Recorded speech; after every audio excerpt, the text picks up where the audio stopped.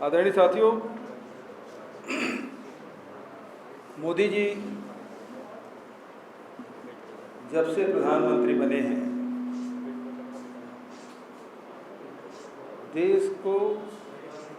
देश के विभिन्न वर्ग के लोगों को झटके पे झटके दे रहे हैं। पहला झटका नोटबंदी का था। काला धन तो वापस आया नहीं, बहुत सारे बैंक बंद हो गए। फिर दूसरा झटका जीएसटी का था। दूसरी आज़ादी के रूप में उसे प्रस्तुत किया गया, लेकिन बहुत से कारोबारी दिवालिया हो गए। तीसरा, लॉकडाउन अचानक घोषित किए, करोड़ों लोग बेरोजगार हो गए और पैदल अपने घर जाने के लिए बाध्य हुए। अभी फिर से एक झटका उन्होंने दिया है, जो एक काले कानून के रूप में हमारे सामने है। इसके पहले आपने देखा कि एयरपोर्ट नीलाम कर दिए गए, रेलवे स्टेशन नीलाम कर दिए गए, और अब बारी किसानों की ज़मीन पर है। पहला कानून उन्होंने कृषि उपज व्यापार वाणिज्य संवर्धन और सरलीकरण विधेयक 2020, इसमें उन्होंने कहा एक राष्ट्र एक व्यापार। दूसरा संशोधन उन्होंने किया कृषक सशक्तिकरण संरक्षण कीमत आश्वासन और कृषि सेवा पर करार विधेयक 2, जिसे कॉन्ट्रैक्ट फार्मिंग के रूप में हम सब जानते हैं। तीसरा आवश्यक वस्तु अधिनियम में संशोधन किया गया। एक राष्ट्र एक व्यापार, हमने देखा कि 1 नेशन 1 टैक्स नारा दिया, लेकिन जीएसटी में हुआ क्या? 5 स्लैब बने हुए हैं, 0% से लेकर 28% तक। और स्थिति ये है कि जीएसटी के पैसा जो उत्पादक राज्य हैं, उन राज्यों को 5 वर्ष तक के जो अंतर की राशि है उसे देने की बात उन्होंने कही थी, लेकिन इस वर्ष अप्रैल से लेकर आज तारीख तक जीएसटी का अंतर का राशि नहीं मिला है। मेरे छत्तीसगढ़ में 2 किस्त अभी तक के मिल जाना चाहिए था। ये तीसरे किस्त, क्योंकि अब सितंबर समाप्त होने वाला, अक्टूबर में मिलने वाला है, तीसरा किस्त भी नहीं मिलेगा। तो करीब 3000 करोड़ की राशि हमको मिलनी थी, जो कि नहीं मिला। अब वो कहते हैं कि आप बैंक से उधार ले लो, पैसा हमारा, ब्याज हम देंगे। वैसे ये कहते हैं एक राष्ट्र एक व्यापार। एक शब्द और जोड़ना था, और वो शब्द है दर।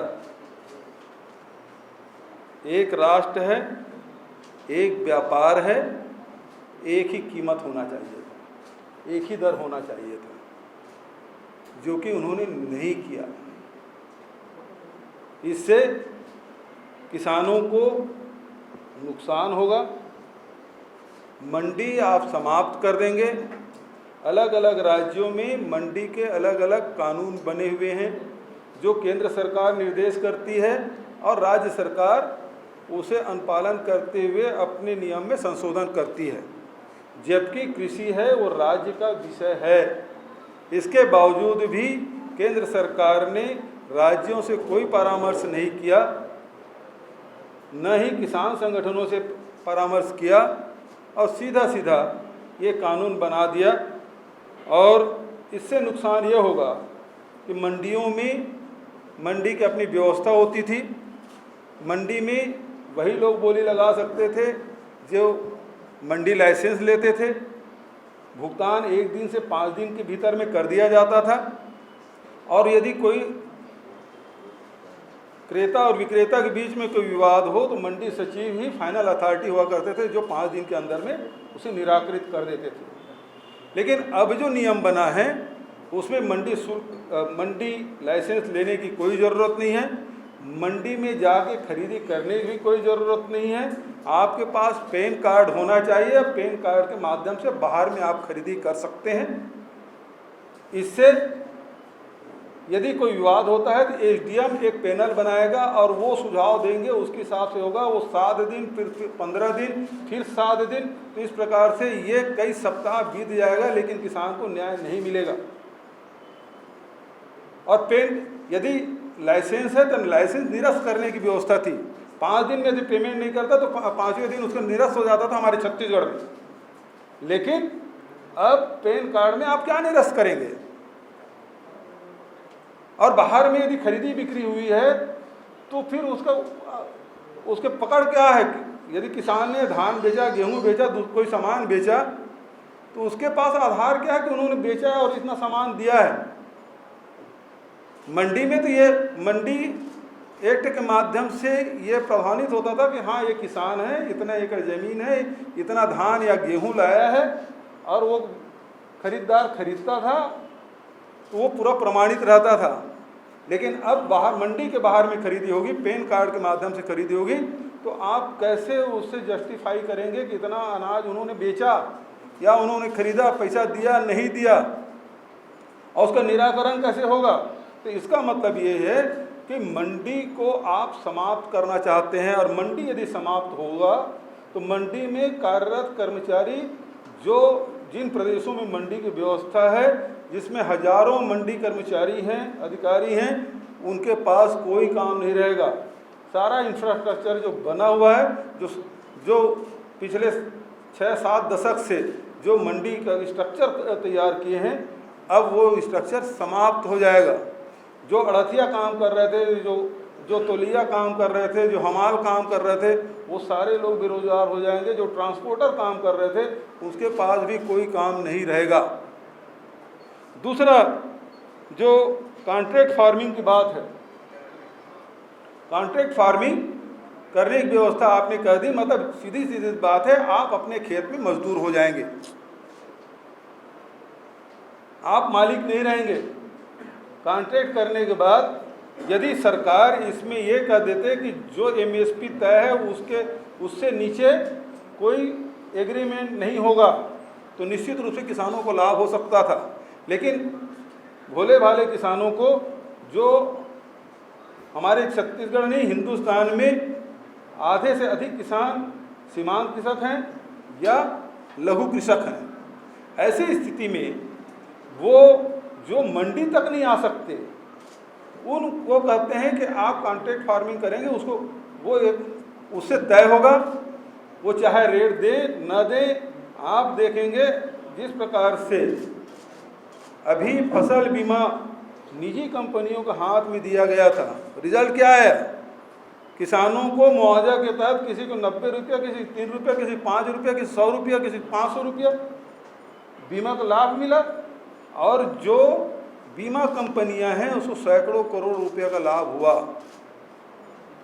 इसी देश में। ये कॉन्ट्रैक्ट फार्मिंग भी उसी प्रकार से, जैसे बीमा किसानों के लिए हानिकारक रहा और निजी कंपनियों के लिए लाभदायक रहा, उसी प्रकार से कॉन्ट्रैक्ट फार्मिंग भी किसानों के लिए हानिकारक, और जो कॉन्ट्रैक्ट करेगा, कॉन्ट्रैक्ट फार्मिंग करवाएगा, उसको मुफ्त में ज़मीन मिल जाएगी, मुफ्त में मजदूर मिलेंगे। तीसरा जो सबसे बड़ी बात है जिसके तरफ किसी का ध्यान नहीं गया, वो आवश्यक वस्तु अधिनियम। आवश्यक वस्तु अधिनियम में पहले ये तय था कि आप अनाज इतने क्विंटल तक के रख सकते हैं। वो अलग अलग राज्यों में वो सीमाएं अलग अलग तय थी, लेकिन अब जितने भी जो जमाखोर लोग हैं उनको छूट दे दी गई। यदि आपात स्थिति है या युद्ध की स्थिति है, तभी छोड़ के कोई भी व्यक्ति कितना भी अनाज अपने गोडाउन में रख सकता है। इसका अर्थ ये है कि एक बड़ा प्लेयर, 2-4 बड़े प्लेयर देश के, पूरे देश के अनाज को अपने गोडाउन में भरेंगे, कृत्रिम रूप से अभाव पैदा करेंगे और मनमानी कीमत से वो उपभोक्ताओं को अनाज उपलब्ध कराएंगे। आपने देखा है इसके पहले प्याज की स्थिति क्या थी, इसके पहले दाल की स्थिति क्या थी, अरहर दाल कितना मिला, किस दर पे मिला, ये सब आप सबको जानकारी है। और अब स्थिति अनाज पे है, सस्ते में अनाज खरीदेंगे, गोडाउनिंग करेंगे और उसके बाद ये प्राइवेट प्लेयर है वो देश के अनाज की कीमत तय करेंगे। तो सबसे बड़ी जो मार है, किसानों को तो मार पड़ रहा है, लेकिन आने वाले समय में सबसे बड़े जो मार पड़ने वाला है उपभोक्ता को, आम आदमी को, गरीब आदमी को, मध्यम वर्ग के लोगों को ये ज़बरदस्त मार पड़ने वाली है कि आपके जो अर्थव्यवस्था है, घरेलू अर्थव्यवस्था वो बिगड़ने वाली है। क्योंकि अनाज की कीमत अब सरकार तय नहीं करेगी, अब वो प्राइवेट प्लेयर तय करेंगे। ये आवश्यक वस्तु अधिनियम, ये आवश्यक वस्तु अधिनियम नेहरू जी ने बनाया था। सहकारिता पे भी चोट किया गया है, जो सरदार पटेल ने शुरुआत की सहकारिता आंदोलन, उस पर चोट कर गया। अब बैंकों में जितने भी सहकारी बैंक हैं उसमें भी निजी हाथों में चला जाएगा, उसकी भागीदारी रहेगी। अभी तक के जो सहकारी बैंक है वो राज्यों के अधीन होते थे, राज्य के किसान उसमें हिस्सेदार होते थे। अब जो बैंक है वो निजी हाथों में उसकी भागीदारी रहेगी, गवर्निंग बॉडी उनकी होगी, उनके हिसाब से संचालित होगा कि किसानों को कितना लोन देना है या नहीं देना है, कब देना है, कितना देना है, ये सारे तय करने के काम निजी लोगों के हाथ में, मतलब पूरा कृषि है, वो एग्रीकल्चर सेक्टर है, वो पूरा निजी हाथों में देने की षड्यंत्र इस सरकार के द्वारा किया गया है। जो इंदिरा जी ने हरित क्रांति लागू किया था उसे भी ध्वस्त करने के षड्यंत्र चल रहा है। तो ये देश के किसानों के लिए, देश के उपभोक्ताओं के लिए ये बहुत बड़ा, ये केवल आप किसान के लिए ना समझें बल्कि आम उपभोक्ता के लिए, खासकर जो महिलाएं हैं जो अपने घर खर्च चलाती हैं, अब उनके अर्थव्यवस्था जैसे नोटबंदी के समय बिगड़ा था अब फिर से बिगड़ने वाला है इस काले कानून के माध्यम से। इसलिए इसका हम विरोध करते हैं। साथ ही कांग्रेस पार्टी यह मांग करती है कि हम राष्ट्रपति से मांग करते हैं कि इस काले कानून पर हस्ताक्षर न करें और संसद को वापस भेजें। दूसरा, कांग्रेस किसानों और किसान संगठनों के साथ है और मांग करती है कि तीनों काले कानून को मोदी सरकार तुरंत वापस ले। तीसरा, राज्यसभा में सांसदों के अपमान और नियम कानून के धज्जियां उड़ाने के लिए भाजपा देश से माफ़ी मांगे। देखिए, मैंने प्रधानमंत्री जी को अभी 19/7/2020 को पत्र लिखा, उसमें मैंने कहा कि भारत सरकार द्वारा 5 जून 2020 को जारी कृषि उत्पाद व्यापार एवं वाणिज्य संवर्धन सुविधा अध्यादेश 2020 द्वारा कृषक एवं व्यापारी को कृषक उत्पाद को क्रय विक्रय करने की स्वतंत्रता देते हुए मंडी प्रांगण, उपमंडी प्रांगण से बाहर विक्रय अधिसूचित कृषि उपज क्रय विक्रय मंडी शुल्क से छूट और बगैर लाइसेंस के स्थायी खाता पैन कार्ड आधार पर क्रय विक्रय करने की। लेकिन मैंने ये भी लिखा, उल्लेख किया है कि ये राज्य सरकारों द्वारा संविधान की 7वीं अनुसूची की राज्य सूची 2 की प्रविष्टि 14, 26, 28 और 66 के अनुसार अपने प्रदेश के कृषि उपजों एवं स्थानीय विपणन रीति को दृष्टिगत रखते हुए मंडी अधिनियम बनाकर कृषि उपजों के विपणन के इस प्रकार विनियमित किया गया है और इससे बाजार पे विपरीत प्रभाव पड़ेगा। ये मैंने पत्र लिखा है।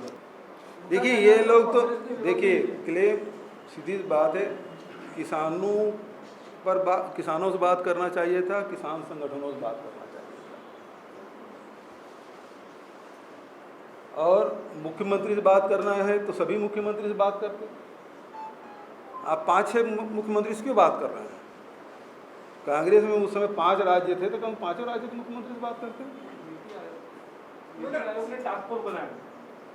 उन्होंने बना दिया, लेकिन किसी की जानकारी थी क्या? चर्चा में आया क्या? ये तो देखिए, जिस निर्णय से पूरे प्रदेश के किसानों पर प्रभाव पड़ने वाला है, इसे तो आम चर्चा होनी चाहिए। इसे न केवल किसान बल्कि वो जो अनाज से जुड़े हुए जो व्यापारी हैं उसके जीवन में प्रभाव पड़ रहा है। अब अभी देखिए कि इस अधिनियम लागू होने के बाद हमारे छत्तीसगढ़ में हमको 200 करोड़ रुपए मिल जाता था मंडी शुल्क के रूप में, और मिलना बंद हो जाएगा। देखिए, कॉन्ट्रैक्ट फार्मिंग के लिए नए नए प्रयोग हुए हैं कि इसमें कॉन्ट्रैक्ट फार्मिंग भी है, लेकिन उसका असर क्या रहा, उसका अध्ययन क्या है, उसकी रिपोर्ट क्या है। यदि कॉन्ट्रैक्ट फार्मिंग है, लाभदायक है, तो रिपोर्ट बताइए। हमारे यहाँ जिस टमाटर का उत्पादन खूब होता है और पल्प बनाने के लिए, केचप बनाने के लिए वो विशेष प्रकार के बीज उन्होंने किसानों को वितरित की। अब ये हुआ कि टमाटर का बम्पर उत्पादन हुआ, तो फिर जो कॉन्ट्रैक्ट हुआ था उस रेट में खरीदे नहीं, और कम हुआ तो किसानों पे दबाव, मार्केट में ज़्यादा रेट है और किसान के साथ एग्रीमेंट कम का है, तो वो किसान तो वैसे ही मतलब दोनों तरफ से मारा गया है। कांग्रेस के जो इसके मामले में अहमद पटेल जी ने राज्यसभा में जो भाषण दिया है उसको आप पूरा देख लें। ये 18-20 बिंदु पे कांग्रेस का किसानों के मुद्दे पे घोषणा पत्र में इसको शामिल किया गया था, और उसमें 2 बिंदु को उठा के कह रहे हैं कि कांग्रेस भी सहमत है। आप पूरा का करिए ना। कांग्रेस ये कहती है कि अभी वर्तमान में करीब 460 वर्ग किलोमीटर के बीच में एक मंडी है एवरेज में पूरे देश में। कांग्रेस ये कहती है कि हर 5-6 गांव के बीच में एक मंडी होना चाहिए। तो क्या इसको मान रही है केंद्र सरकार? कि कांग्रेस तो न्याय योजना भी लागू करने की बात कही। प्रति परिवार 72,000 रुपया मिलना चाहिए, सालाना उसका इनकम होना चाहिए। जो नहीं होता उस अंतर की राशि सरकार देगी। और ये कौन लोग हैं? यही लैंडलेस लेबर, यही सीमांत कृषक, यही लघु कृषक है जो इस श्रेणी में आते हैं। तो क्या इसको केंद्र सरकार मान रही है? तो आप सुविधाजनक स्थिति पे के 2 बिंदु को उठा के कुछ बात कहें तो गलत है। यदि कोई योजना है, संपूर्ण योजना के हिसाब से आप बात करेंगे तब बात बनेगी। तो ये गुमराह करने की बात है। और जहाँ तक के कांग्रेस का सवाल है, कांग्रेस जो जनता के हित में वो सारे मुद्दे उठा रही है, क्या वो नोटबंदी का मामला हो, जीएसटी के मामले में भी कहे थे। जब नरेंद्र मोदी जी जो मुख्यमंत्री थे तो जीएसटी का विरोध कर रहे थे, और जब प्रधानमंत्री बने तब उन्होंने नोटबंदी लागू किया। वो बात कहते हैं कांग्रेस भी जीएसटी लागू करना चाहते हैं, लेकिन कांग्रेस जो जीएसटी लागू करना चाहते हैं उसके अलग तरीके थे, और उसके बारे में चिदम्बरम साहब ने, राहुल जी ने अनेक बार मीडिया के सामने बात कही, लेकिन सरकार ने नहीं सुनी। आखिर में क्या हुआ? जीएसटी फेल हो गया। आज जो उत्पादक राज्य हैं, जितना उनको टैक्स मिलता था, जो अंतर की राशि है, उसे देने के बाद एक्ट में प्रमाणित है, सरकार बाध्य है। जैसे मनरेगा कानून है उसी प्रकार से जीएसटी का भी कानून बना हुआ है। 5 साल तक के पैसे देने के लिए वो बाध्य है। लेकिन अभी मैंने आपको बताया कि अप्रैल से लेकर आज तारीख तक हमको एक फूटी कौड़ी नहीं मिली है। हम उत्पादक राज्य हैं, जो उपभोक्ता राज्य हैं उनको ज़्यादा फायदा है। जो जीएसटी के जो नियम बने उसे उत्पादक राज्य उसको घाटा था, 5 साल तक के वो जो घाटा है उसका भरपाई करेंगे, लेकिन हमको अभी 3,000 करोड़ रुपए नहीं मिला। तो ये तो एक्ट में जो खुद कानून बनाया उसका पालन नहीं कर रहे हैं। बिल्कुल नहीं, केवल दो पॉइंट है। 20 बिंदु है जिसमें केवल 2 पॉइंट 10% आप उसको सीधा अनुसार ले रहे हैं। तो हमको तो जनता ने नकार दिया ना, आपको स्वीकार किया है। आप हमारी बात पे क्यों आ रहे हैं? आप अपनी बात कहें। और ये जो मंडी एक्ट जैसे बिहार में 2006 में समाप्त कर दिया गया। बिहार में हालत क्या है? सबसे ज़्यादा पलायन कहाँ से होता है? बिहार से। क्या वहाँ के लोगों को एमएसपी मिल पाता है? शांता कुमार का रिपोर्ट ये कहता, कमेटी की रिपोर्ट ये कहता, केवल 6% लोगों को एमएसपी का लाभ मिल पाता है। जबकि हम अपने छत्तीसगढ़ में हमने किसानों से वादा किया था, यदि हमारी सरकार बनेगी तो हम 2500 रुपये क्विंटल में धान खरीदेंगे। आज 1850 है, उसके 1700 था, 1750। हम 750 रुपया राज्य सरकार से मिला के दे रहे थे, लेकिन बीच में सरकार ने, केंद्र सरकार ने एक आदेश निकाला यदि आप धान पे बोनस देंगे तो आपके यहाँ से चावल एफसीआई में नहीं खरीदा जाएगा, क्योंकि चावल हमको देना ही है एफसीआई में। वो मना कर दिए, तब फिर हम लोगों ने राजीव गांधी किसान न्याय योजना लागू की, जिसमें प्रति एकड़, चाहे वो धान उत्पादक हो, चाहे गन्ना उत्पादक हो, चाहे वो मक्का उत्पादक हो, उन किसानों को 10,000 रुपये प्रति एकड़ के हिसाब से इस साल राजीव गांधी किसान न्याय योजना के तहत दे रहे हैं। 2 किस्त दे चुके हैं, 2 किस्त और देंगे।